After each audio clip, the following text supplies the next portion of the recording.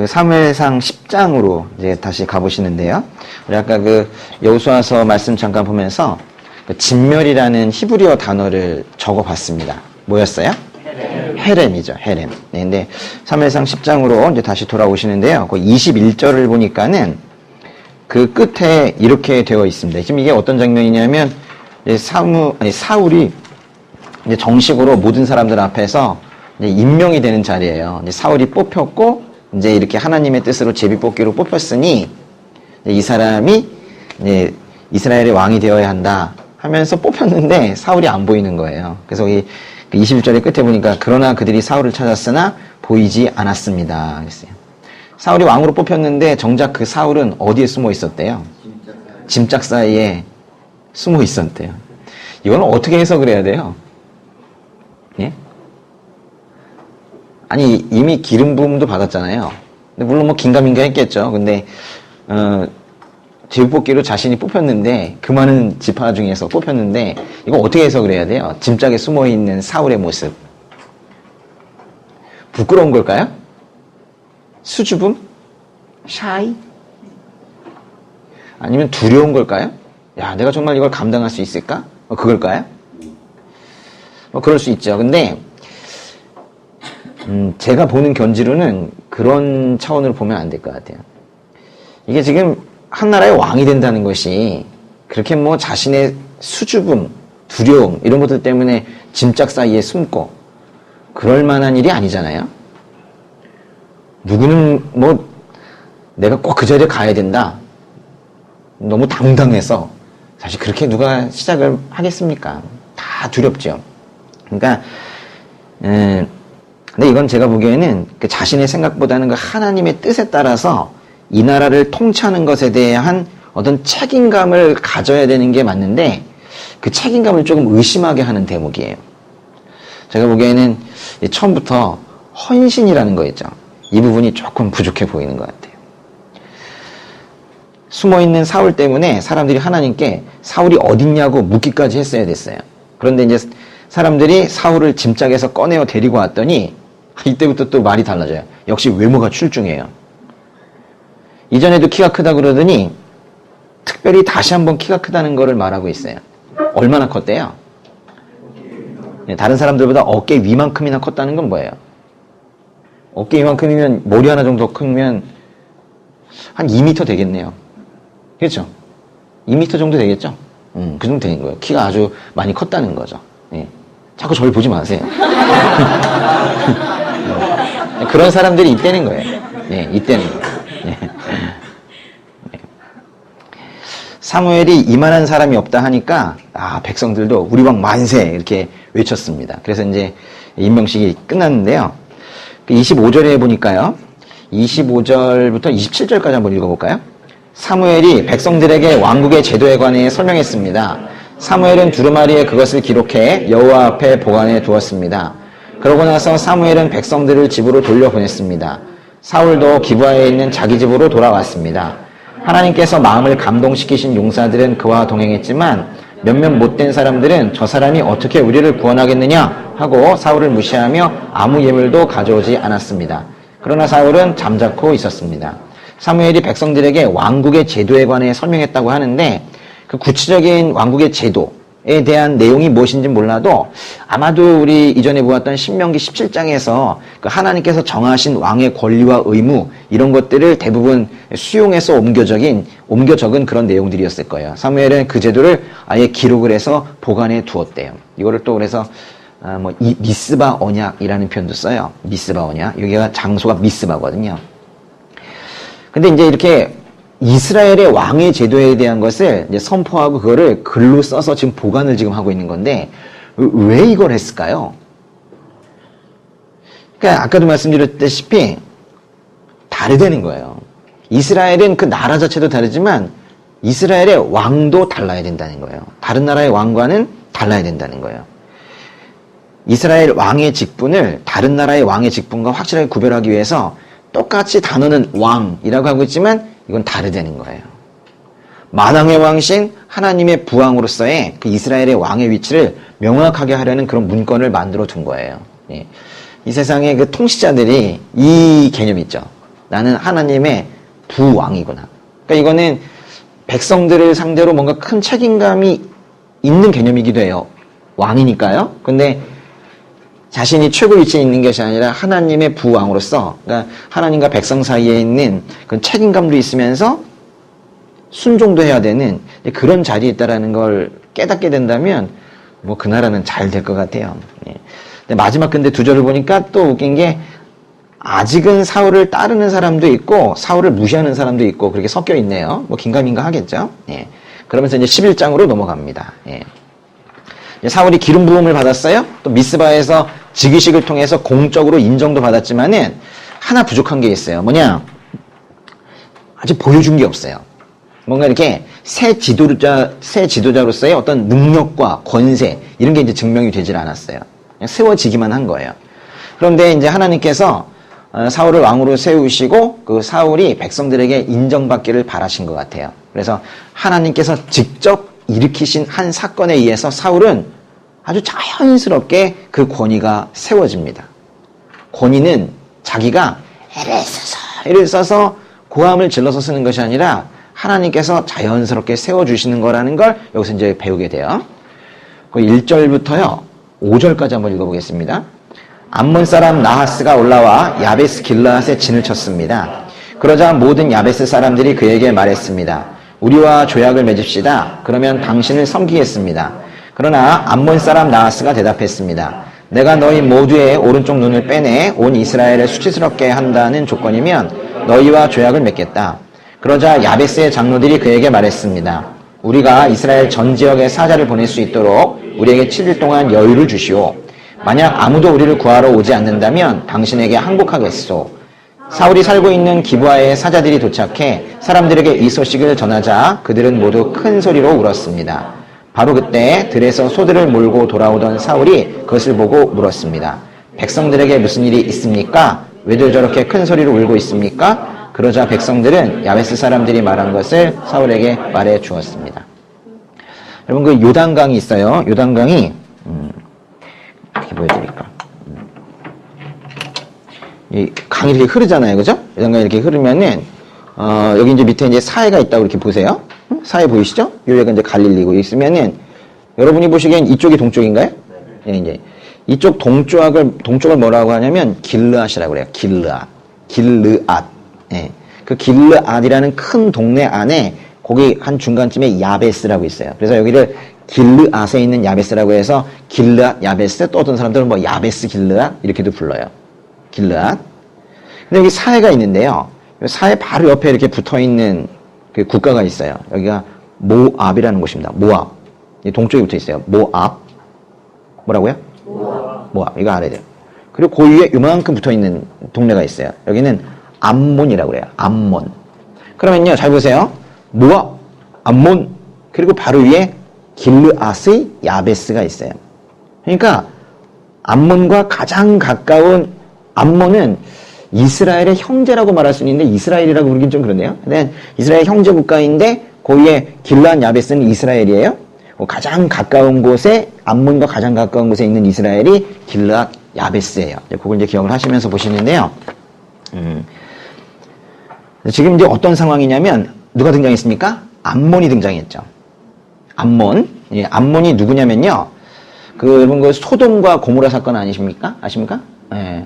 아주 부패하고 음란했던 그 소돔과 고모라에 하나님께서 유황불을 내리셔서 이제 심판을 하셨을 때 그 소돔에서 세 사람이 원래 나온 건 네 사람이었는데 롯과 아내와 두 딸이 나왔는데 롯의 아내는 저기 이러면서 이제 미련을 두고 돌아봤다가 그 소금 기둥으로 이제 사라져 버렸고 사실 이제 세 사람이 살아서 나왔는데 롯 남자죠. 롯과 그 두 딸이 살아서 나왔습니다. 근데 그때 두 딸이 아버지랑 근친상간을 해서 그래서 애를 낳아요. 그 낳은 아들 이름들이 뭐예요?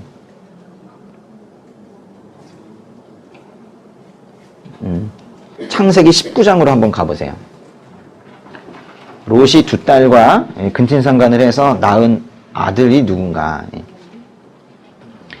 창세기 19장에요. 36절부터 보겠습니다. 자, 보세요. 창세기 19장 36절, 37절, 38절까지 봐야 되겠네요. 세 절 읽어보겠습니다. 롯의 딸들이 그 아버지로 인해 임신하게 됐습니다. 큰 딸은 아들을 낳고 이름을 모압이라고 지었습니다. 그리하여 그는 오늘날 모압 족속 조상이 됐습니다. 작은 딸도 아들을 낳고 이름을 벤암미라고 지었습니다. 그리하여 그는 오늘날 암몬 족속의 조상이 됐습니다. 암몬이라는 말 자체가요, 그게 근친상간이라는 뜻이에요. 암몬이라는 말 자체가. 예. 그러니까 이게 롯이 누군데요? 아브라함의 조카잖아요. 그러니까 이제 아브라함 계열이긴 한데 그 조카, 그러니까 딸과 근친상간에서 낳은 애들. 그러니까 이게 이스라엘이 아니라고도 하기도 뭐하고요. 그렇다고 또 그걸 또 인정을 하자니 좀 그렇고. 하여튼 애증의 관계, 조금 애매모호한 그런 관계가 바로 이스라엘과 암몬의 관계예요. 그 벤암미, 그 둘째 딸이 낳은 아들이 벤암미인데 그 벤암미의 후손들을 암몬 사람이라고 부르는 거예요. 그러니까 암몬 사람은 혈통적으로는 뭐 이스라엘의 형제이지만 사실 사이가 좋지 않았어요. 이스라엘이 이집트에서 빠져나와서 가나안 땅 들어갈 때에도 방해했던 게 그 암몬입니다. 우리 아까 그랬었잖아요. 여기 있으니까 암몬이 어느 쪽에 있다 그랬죠? 요만큼 암몬이 있죠. 그러니까 여기 들어갈 때 길 안 털어주면 못 가거든요. 그래서 암몬이 그렇게 또 방해를 했다니까요. 그리고 또 지금 보면 암몬 사람 나하스가 지금 이스라엘을 지금 공격하고 그 길란 야베스를 공격하고 나중에 이제 우리 공부하시게 될 역대상을 보면 나하스의 아들이 이름이 한운인데 한운도 이제 이스라엘을 공격하는 걸 보게 됩니다. 계속 싸워요. 네. 근데 암몬 사람 나하스가 지금 네. 암몬 사람 나하스가 여기 있겠죠? 근데 지금 누구를 공격하고 있는 거냐면 길란 야베스를 지금 공격하는 거예요. 바로 위에를 공격하고 있는데 지금 암몬 사람 나하스가 위쪽에 길란 야베스까지 와서 아예 여기에서 진을 쳤대는 거예요. 그러니까 야베스 사람들이 겁을 먹은 거죠. 그러면서 조약을 맺으면 섬기겠다라고 말을 했어요. 오히려 이제 자기들이 당할 것 같은데 조약 맺어주세요. 그럼 저희가 잘 섬기겠습니다. 조공 바치겠습니다. 뭐 이런 얘기거든요. 근데 이 암몬 사람 나하스가 그래 그럼 조약 맺자. 근데 조건이 있다 하면서 내건 조건이 뭐예요? 내가 너희 모두의 오른쪽 눈을 빼내 온 이스라엘을 수치스럽게 한다는 조건이네요. 길란 야베스는 이스라엘입니다. 조그만 이스라엘이에요. 이스라엘의 한 성읍에 불과합니다. 근데 나머지 이만큼 이제 이스라엘이 있단 말이에요. 이스라엘이 이제 이쪽 서쪽에 잔뜩 있겠죠, 그렇죠? 그런데 암몬랑 나하스는 거의 말을 하는 거 보니까 조약에는 별로 관심이 없어요. 그냥 이스라엘을 수치스럽게 하고 싶었던 거예요. 이스라엘을 모욕하고 싶었던 거예요. 이스라엘의 한 성읍을 완전히 점령을 해가지고 이스라엘 전체를 모욕하고 싶었던 거예요. 근데 나하스가 왜 갑자기 이렇게 되었는가? 나하스가 소식을 들은 거예요. 이스라엘이 왕정을 시작했다는 거예요. 이스라엘에 첫 번째 왕이 생겼다는 거예요. 그래? 왕이 없다가 왕이 있었다고 하니까 약간 신경이 쓰이는 거예요. 왜냐면 왕이 생긴 이후로 좀 더 중앙 집권화가 되면서 힘이 세지는 나라들을 많이 봤으니까 바로 옆에 있는 이스라엘이 왕이 생겼다고 하니까 요거 한번 시험해보고 싶은 거예요. 그러면서 가장 가까이에 있는 이스라엘의 한 성읍을 쳐본 겁니다. 이스라엘의 새 왕이 이 소식을 듣고 어떻게 반응을 하는가, 그 사람이 결단력은 있는 사람인지 군사적인 통솔력은 있는 사람인지 그걸 한번 시험해 보려는 거예요. 근데 이제 길란 야베스에 있는 이 장로들이 그 절망에 빠져서 이스라엘 전 지역에 사자를 보낼 수 있게 7일 동안의 유예를 달라고 요청을 했어요. 그러면서 이것도 좀 웃긴 얘기죠, 그렇죠? 뭐 자기를 치겠다고 하니까 잠깐 기다리시라. 내가 우리나라에 전체에 내가 서신을 보내가지고 나를 지켜줄 사람, 나를 편들어줄 사람이 있는지 없는지 한번 알아볼 수 있게 7일간의 유예를 달라 그랬어요. 근데 아무도 만약에 구하러 오지 않는다면 이스라엘도 나를 포기한 거니까 그 나하스와 조약을 맺자. 그 요구를 들어주겠다. 뭐 그 얘기를 한 거예요. 근데요, 여기 보세요. 여기서 지금 길란 야베스는 이스라엘입니다. 근데 길란 야베스가 어디에다가 편지를 보낸대요? 이스라엘의 전 지역에 사자를 보냈다고 그랬어요. 그러니까 사울에게 보내야 되죠. 사울에게 보내야 되는데 이상한 거예요. 그럼 이게 뭔가 지금은 이제 만약에 왕이 되면은 바로 이제 업무가 시작이 되잖아요. 근데 여기 지금 처음 시작하면서 업무 시스템이 안 돼 있는 거예요. 그래서 사울이 왕이 되기는 했고 심지어 즉위식까지 했는데도 아직은 사울을 중심으로, 왕을 중심으로 통치가 제대로 이루어지지 못하고 있는 거예요. 그러니까 길앗 야베스도 뭐 그걸 좀 믿지 못하니까 그냥 전 지역의 어딘가에 보내고 날 도와주시오라고 지금 하고 있는 거예요. 그랬는데 이제 사울에게도 이 소식이 전해졌어요. 근데 사울이 뭐 하고 있었냐면 예전에 그 농사하던 일을 계속 그대로 하고 있었던 거예요. 그 5절에 보세요. 들에서 소들을 몰고 돌아오던 사울이 그랬잖아요. 이 무슨 왕이에요? 예? 들에서 소들을 몰고 돌아오던 사울에게 소식이 전해졌어요. 근데요. 이 소몰고 오던 사울이 이 야베스 이야기를 들었는데, 그러니까 자기가 그래도 아직은 왕 노릇을 제대로 못하고 있어도 왕은 왕이잖아요? 근데 이스라엘의 백성 중에 하나가 지금 아주 힘들어하고 있는 거예요. 그 야베스 이야기를 들었을 때 사울에게 큰 변화가 생겼습니다. 6절 한번 읽어보세요. 그 말을 듣는 순간 하나님의 영이 사울에게 강하게 임했고 이에 사울은 크게 분노하게 됐습니다. 하나님의 영, 어떤 번역에서 하나님의 신 그랬는데요. 하나님의 영이 사울에게 강하게 임했습니다. 그래서 크게 분노하게 됐어요. 의분이 이른 거죠. 이스라엘의 왕이면서도 아직까지는 밭에서 소를 몰고 있던 사울에게 이제 하나님의 영이 임하자 사울이 크게 분개해서 이제 진짜로 국가와 민족을 위한 어떤 행동을 할 수 있는 그런 상태가 된 거예요. 그래가지고 뭘 하는지 보세요. 7절부터요. 11절까지 한번 읽어보겠습니다. 사울은 한 쌍의 황소를 가져다가 토막을 내고 그 조각을 사자들에게 주어 이스라엘 전역에 보내며 선포했습니다. 누구든 사울과 사무엘을 따라 나서지 않는 사람이 있으면 그 사람의 소들도 이렇게 될 것이다. 그러자 백성들에게 여호와를 두려워하는 마음이 생겨 한 마음으로 나왔습니다. 사울이 베색에서 그들을 소집하고 수를 세워보니 이스라엘 사람의 수는 30만 명이며 유다 사람은 3만 명이었습니다. 그들이 야베스에서 온 사자들에게 말했습니다. 야베스 길앗 사람들에게 내일 해가 한참 뜨거울 때 너희는 구원을 받을 것이다 하고 말하라. 그들이 가서 야베스 사람들에게 이 말을 전하자 그들은 매우 기뻐했습니다. 그래서 야베스 사람들은 암몬 사람들에게 이렇게 말했습니다. 내일 우리가 당신들에게 항복할 것이니 그때는 당신들 하고 싶은 대로 우리에게 행하시오. 다음날 새벽 사울은 백성들을 세 분대로 나눠 암몬 사람들의 진영으로 쳐들어가 해가 가장 뜨거워질 때까지 그들을 쳐서 죽였습니다. 살아남은 사람들은 모두 뿔뿔이 흩어져 그들 가운데 2사람조차 함께 남은 일이 없었습니다.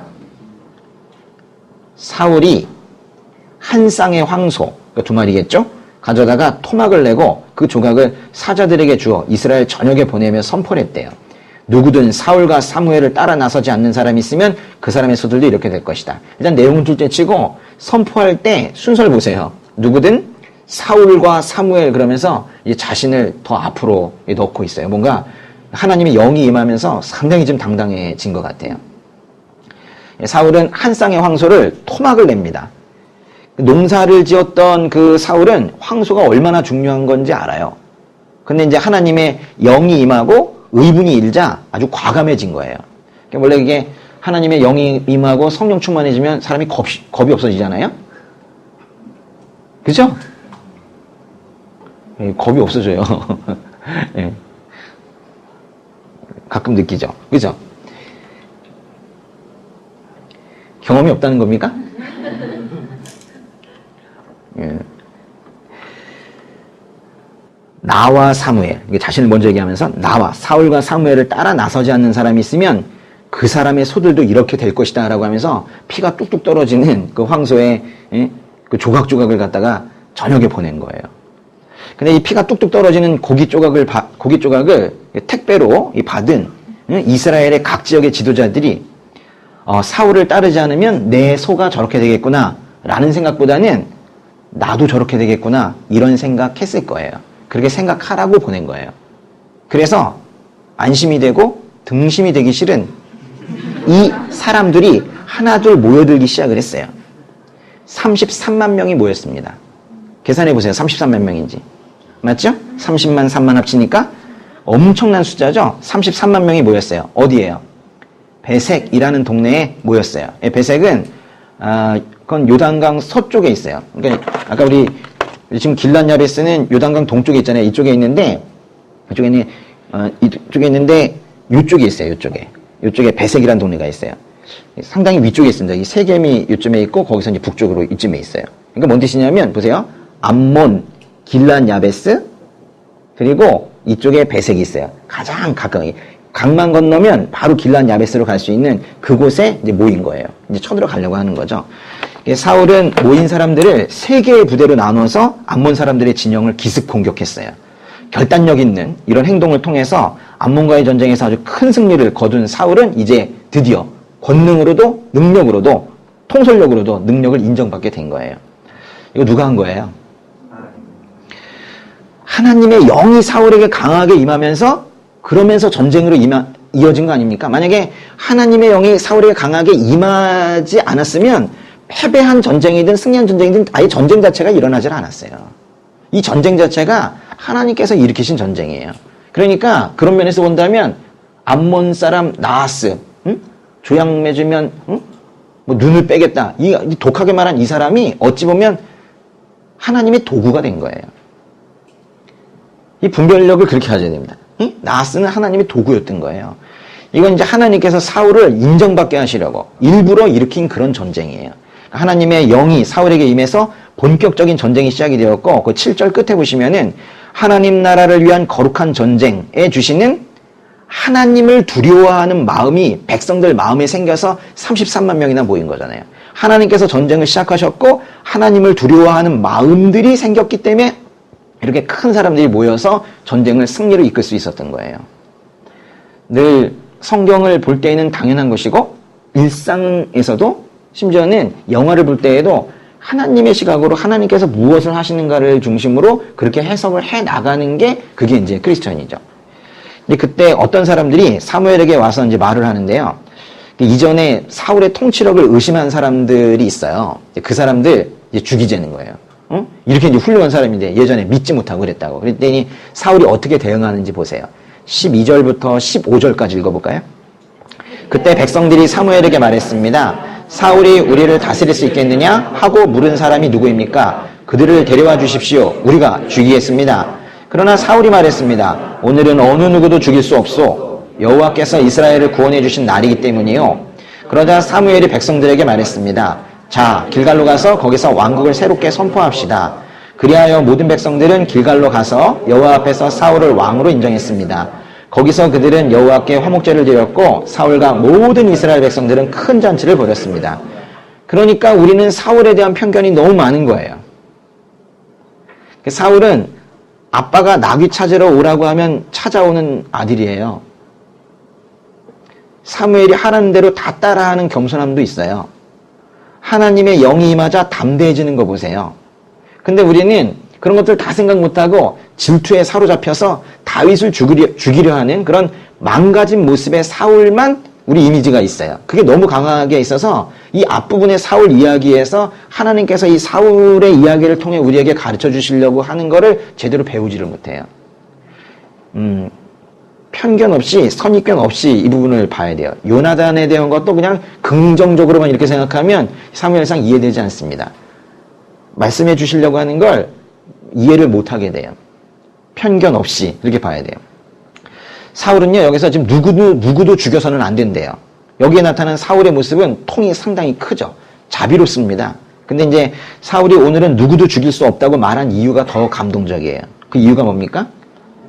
여호와께서 이스라엘을 구원해 주신 날이기 때문이에요. 이런 고백은 우리가 잘했다고 해야 되는 거예요. 그러니까 사울은 이번 전쟁을 하나님께서 일으키시고 주도하셨다라는 걸 확실하게 알고 있었던 사람인 거예요. 박수 쳐줄만 한 거죠. 사무엘도 이제 기뻤는지 그 길갈에 가서 사울을 다시 왕으로 인정하는 의식을 또 한 번 치러요. 공식적인 지금 집회를 2번이나 합니다. 그리고 아주 큰 잔치를 벌이면서 이제 끝이 나는 거예요. 12장으로 가보겠습니다. 12장은 거기 아마 소제목도 있을 텐데 뭐라고 돼 있어요? 네, 이게 사무엘의 고별사예요. 사무엘이 그렇다고 뭐 유언은 아니고요. 왕이 생겼으니까 정치적 입장에서는 하나 물러나야 되잖아요. 예언도 하고 제사장 역할도 계속 하겠지만은 정치적인 어떤 지도력은 이제 더 이상 발휘하면 안 돼요. 그러니까 왕과 충돌하기 때문에. 그래서 이제 내가 완전히 떠나는 건 아니나 정치는 안 한다. 응? 근데 이제 통솔은 안 한다. 이러면서 이제 고별사예요. 2절에 보시면은 이제부터는 왕이 너희를 인도할 것이다 라면서 이제 왕이 통치하는 새 시대로 접어들었으니 자신은 이제 지도자로서의 위치에서 내려가겠다는 거예요. 그러면서 사사로서 이스라엘을 통치했던 과거를 회고해 보기도 하는 그런 내용이에요. 사실 이 부분은요, 제가 설명해 드릴 부분이 그렇게 많지는 않아요. 그래서 제가 특별히 이제 몇 개는 좀 짚어 드릴 텐데요. 양은 좀 많습니다. 예. 일단 5절까지 한번 읽어보세요. 사무엘이 온 이스라엘 백성에게 말했습니다. 나는 너희가 내게 말한 모든 것을 귀 기울여 듣고 너희를 다스릴 왕을 세워주었다. 이제부터는 왕이 너희를 인도할 것이다. 나는 늙어 백발이 됐고 내 아들들도 여기 너희와 함께 있다. 나는 젊었을 때부터 오늘날까지 너희를 이끌어왔다. 여기 내가 있으니 여호와와 그분이 기름 부으신 왕 앞에서 나에 대해 증언해 보라. 내가 남의 소를 가로챈 적이 있느냐? 내가 남의 나귀를 가로챈 적이 있느냐? 내가 누구를 속인 적이 있느냐? 내가 누구를 억누리려 한 일이 있느냐? 무엇을 눈 감아주려고 내가 뇌물을 받은 적이 있느냐? 내가 이 가운데 하나라도 한 적이 있다면 갚아줄 것이다. 백성들이 대답했습니다. 당신은 우리를 속인 적도 없으며 억누리려 한 적도 없습니다. 어느 누구의 손에서 무엇을 가로챈 적도 없습니다. 사무엘이 그들에게 말했습니다. 너희가 내 손에서 아무것도 찾아낸 것이 없는 것에 대해 여호와께서 증인이 되시고 또한 하나님께서 기름 부으신 왕도 증인이 될 것이다. 그들이 대답했습니다. 여호와께서 증인이십니다. 거기 보시면은 3절에 가로챈 적이 있느냐, 가로챈 적이 있느냐, 억누르려 한 일이 있느냐. 4절에도 가로챈 적이 없다. 그러니까 이 가로챈다라는 건요, 이 테이크한다는 것, 취한다는 것, 이제 그건데요. 사실 이제 앞으로 왕이 누가 세워질지 모르나, 응? 이제 누가 계속 이제 왕이 되어갈지 모르나. 그 많은 왕들은 인간왕이고 죄인 왕이기 때문에 가로치는 일이 생길 거라는 걸 은밀하게 또 한 번 더 말하는 거예요. 근데 자신은 사사로서 그러지 않고 살았다는 거예요. 사무엘은 이제 자신이 정치 무대를 떠난다고 하면서 한 가지 짚고 넘어갈 게 있나 봐요. 그 3절에 보시면은 3절 시작하는 말이 뭐예요? 여기 내가 있으니 라고 이제 말을 시작하는데요. 여기 내가 있다, 이게. 날 좀 봐주세요, 이런 뜻이에요.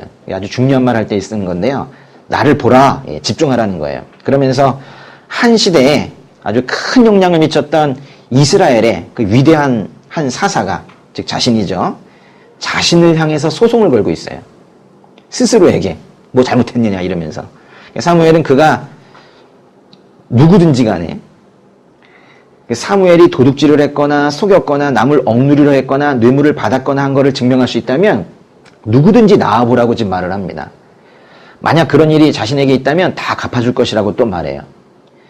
그러니까 이에 대해서 백성들은 또 아니 그러신 적 없으십니다. 이러면서 사무엘이 하나님의 율법을 성실히 지켰다고 또 이렇게 확인해 주는 거예요. 사무엘은 4절에서 그 백성들로부터 자신의 정당성을 확인받습니다. 근데 그걸로 끝나는 게 아니라 5절에서는 하나님과 하나님께서 기름 부으신 왕 사울을 말하는 건데요. 하나님께서 기름 부으신 왕 앞에서도 그들이 증인이 되어 주시라고 그렇게 또 호소를 하는 거예요. 이 부분이 왜 중요하냐면요. 사무엘이 지금 정치 무대에서 은퇴를 하면서 자신의 과오에 대해서 지금 평가를 받는 데 있어서 일단 이런 평가를 받는다는 것 자체도 보기 드문 일이죠.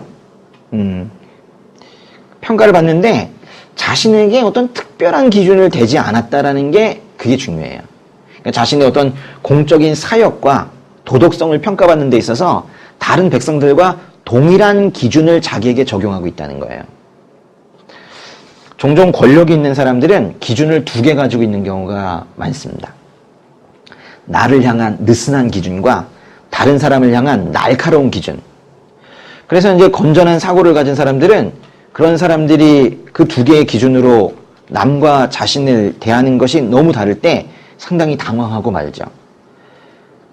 최근에 한 장관의 채용과 관련해서 대한민국 전체가 떠들썩했습니다. 사람들이 그 장관을 이해할 수 없었고 더욱 분개했지만은 그 장관과 가족은 또 그들 나름대로 사람들을 이해할 수 없었고 속이 상했을 거예요. 왜냐하면 그들에게는 기준이 2개가 있었기 때문입니다. 나에게 되는 자와 다른 사람에게 들이대는 자가 달랐어요. 그러니까 그들도 다른 사람들을 이해 못해요. 이렇게 자가 2개인 사람들은 자신의 잘못을 인정하기가 매우 어렵습니다. 최소한 자신이 만든 잣대에는 자기가 맞게 살아왔다고 생각하기 때문이에요. 잘못을 했는데 어떻게 숨겨봐야지 이게 아니라 잘못을 했다고 생각하지 않아요. 자가 두 개이기 때문에. 영웅호색이라는 단어 있어요. 영웅은 여색을 좋아한다. 사회적으로 성공한 사람들 중에는 이성을 대하고 성적인 행동을 하는 데 있어서 두 가지 잣대가 생기는 경우가 있다는 거예요. 자신이 사회에 기여한 정도를 생각해보면 자신에게는 훨씬 완화된 다른 잣대가 적용되어야 된다고 판단하고 그렇게 스스로도 믿어버리는 사람들이 있어요. 그런데 문제는요, 많은 사람들이 자기가 영웅이라고 생각한다는 거예요. 가정에서도 영웅, 회사에서도 영웅, 교회 공동체에서도 영웅, 자기가 한 일이 많다는 거예요. 그래서 자기에게 다른 사람과는 좀 다른 아주 낮은 수준의 그 도덕적 잣대를 들이대서 스스로를 합리화하는 삶을 살게 됩니다. 그러니까 기준이 둘인 삶은 꼭 지도자, 영웅에게만 나타나는 현상이 아니라 실은 이 죄인들에게 전반적으로 나타나는 현상이에요. 그 장관 한 사람 거기 욕하고 있을 때가 아닌 거예요. 나에게 있는 두 개의 잣대, 그걸 보라는 거예요. 예수님께서 가늠하다 잡혀온 여인에게 또 다 분개하면서 또 몰려든 사람들이 있었죠. 그 분개하며 달려온 그 사람들에게 예수님께서 뭐라고 말씀하셨어요? 너희 가운데 죄 없는 사람이 먼저 이 여인에게 돌을 던지라 그러셨잖아요. 이거는 너희 가운데 죄 없는 사람이 없다는 뜻이기도 하지만은 죄인에게 동일한 잣대를 댔을 때 누구도 누구를 돌로 칠 자격이 없다는 그런 말씀이기도 해요. 그러니까 드러난 죄와 들키지 않은 죄가 있을 뿐인 거예요. 다 겸손해져야 됩니다. 기준을 두 개 만들어서 나의 죄를 합리화하고 그것이 아직 숨겨져 있다고 의롭다는 착각에 빠질 게 아니라 이 사무엘처럼 다른 사람과 나를 같은 잣대로 진단하는 그런 우리가 되어야 되는 거예요. 6절부터 12절까지 읽어보겠습니다. 그러자 사무엘이 백성들에게 말했습니다. 모세와 아론을 세우고 너희 조상들을 이집트에서 이끌어내신 분은 여호와이시다. 그러니 여기 서 있으라. 여호와께서 너희와 너희 조상들을 위해 행하신 모든 의로운 일들에 대해 내가 여호와 앞에서 증거를 갖고 너희에게 해줄 말이 있다. 야곱이 이집트에 들어가고 난 뒤 그들은 여호와께 도와달라고 부르짖었고 여호와께서는 모세와 아론을 보내 너희 조상들을 이집트에서 이끌어내셔서 이곳에 정착하게 하셨다. 그러나 그 백성들은 그들의 하나님 여호와를 잊어버렸다. 그래서 하나님께서는 하솔 군대의 사령관인 시스라와 블레셋 사람들과 모압 왕을 통해 그들을 치게 하셨다. 그들은 여호와께 부르짖으며 우리가 죄를 지었습니다. 우리가 여호와를 버리고 바알과 아스타롯을 섬겼습니다. 그러나 이제 우리를 적들의 손에서 구해 주십시오. 그러면 우리가 주를 섬기겠습니다. 라고 말했다. 그때 여호와께서 여룻바알과 바락과 입다와 사무엘을 보내주셨다. 여호와께서 사방에서 달려드는 적들의 손에서 너희를 구해내셨기에 너희는 안전하게 잘 살게 될 것이다. 그러나 너희는 암몬왕 나하스가 너희를 치러 오자 여호와 하나님이 너희 왕이신데도 너희는 내게 안 되겠습니다. 우리를 다스려줄 왕이 있어야겠습니다. 라고 말했다. 6절에서 사무엘은 하나님께서 모세와 아론을 세우고 이스라엘 백성들을 이집트에서 구해내신 것을 다시 한 번만 떠올리라고 말해요. 그리고 8절에서 여호와께 도와달라고 부르짖었고 10절에서 그들은 여호와께 부르짖으며 라고 하면서 이스라엘이라는 이 나라가 위기의 순간마다 그래도 하나님 앞에 엎드려서 회개하고 부르짖었던 역사도 말해주고 있어요. 그리고 11절처럼 하나님께서는 여룻바알, 바락, 입다 그리고 자신 사무엘과 같은 지도자를 보내서 이스라엘을 구해내셨다라는 점도 명확하게 말해줍니다. 그런데 이스라엘은 그런데도 불구하고 하나님 한 분만을 참된 왕으로 받아들이기를 거부하고 인간 왕을 요구했다라는 그런 내용이에요. 그래서 그 13절에 뭐라고 하냐면요. 너희가 선택한 왕, 너희가 구했던 왕, 뭐 이렇게 표현을 해요. 그러나 결국 하나님께서 그 요구를 받아들여 세워주셨기 때문에 여호와께서 너희를 다스릴 왕을 세워주셨다라고도 마무리하는 거예요. 그러니까 아주 짧은 성구에서 백성들이 왕을 요구하고 또 하나님께서 왕을 세워주시는 그런 과정이 잘 나타나 있습니다. 13절에서 15절까지 한번 읽어볼게요. 그러므로 여기 너희가 선택한 왕이 있다. 바로 너희가 구했던 왕이다. 보라, 여호와께서 너희를 다스릴 왕을 세워주셨다. 만약 너희가 여호와를 두려워하고 그분을 섬기고 순종하며 그분의 명령을 거역하지 않는다면 또 너희와 너희를 다스리는 왕 모두가 여호와 너희 하나님을 따른다면 잘하고 있는 것이다. 그러나 너희가 만약 여호와께 순종하지 않고 그분의 명령을 거역한다면 그분의 손이 너희 조상들에게 그랬던 것처럼 너희를 치실 것이다. 거기까지만 일단 볼까요? 여기에서 이제 강조되고 있는 건요, 바로 14절의 뒷부분인데요. 보세요. 14절의 뒷부분. 너희와 너희를 다스리는 왕 모두가 여호와 너희 하나님을 따른다면 잘하고 있는 것이다. 라는 부분이에요. 그러니까 보세요. 이스라엘에 세워진 그 인간 왕은 백성들과 마찬가지로 하나님께 순종해야 된다는 거예요. 오히려 왕이라는 존재는 제일 먼저 온전히 순종해야 돼요. 하나님께서 왕정을 인정하시긴 했지만은 그 왕정은 다른 나라랑은 전혀 다른 왕정이었던 거예요.